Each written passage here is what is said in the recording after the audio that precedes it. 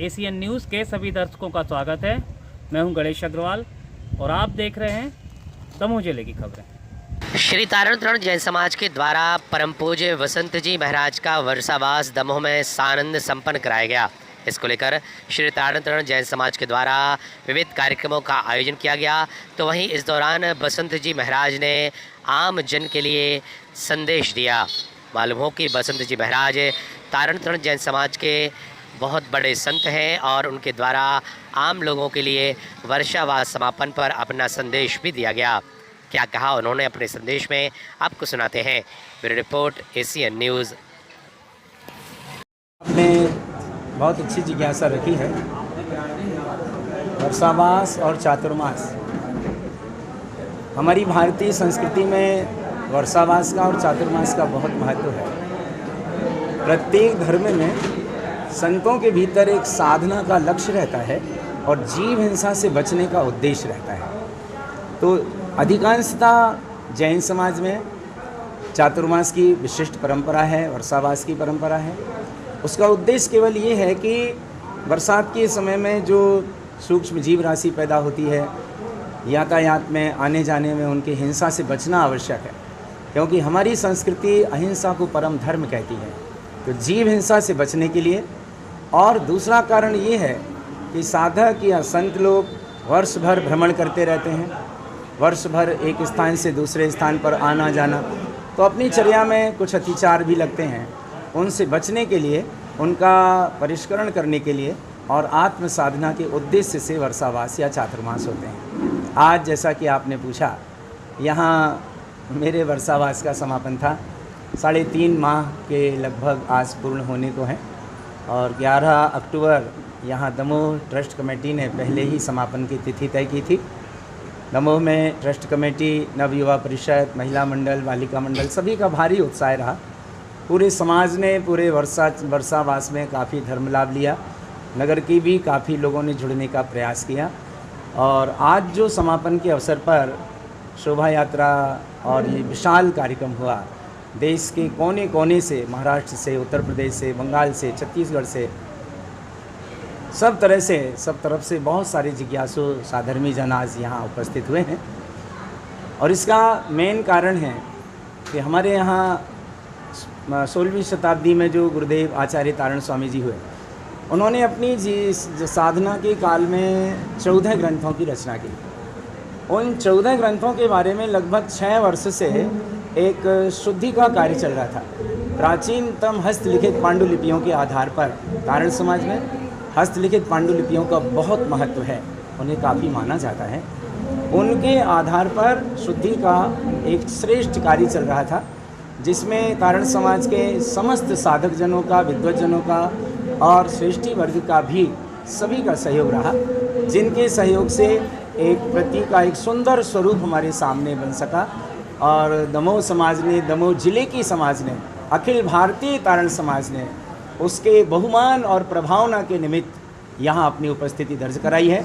इसका श्रेय सकल तारण समाज दमोह को है, ट्रस्ट कमेटी को है, युवा परिषद को है, बालिका मंडल और महिला मंडल को है और पूरे जिले की समाज को है।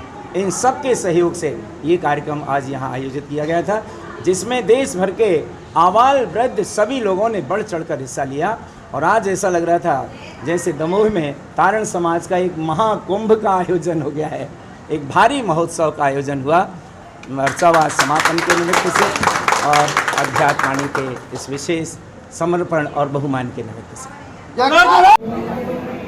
आशीष जी, आपने दर्शकों के लिए हमसे संदेश की अपेक्षा की, क्योंकि आप पत्रकारिता के एक ऐसे क्षेत्र में कार्यरत हैं जहां आपको हर धर्म के, हर वर्ग के, अनेक प्रकार के संतों के और सामाजिक, राजनीतिक, हर तरह के क्षेत्र में कार्य करने वाले लोगों से रूबरू होना पड़ता है।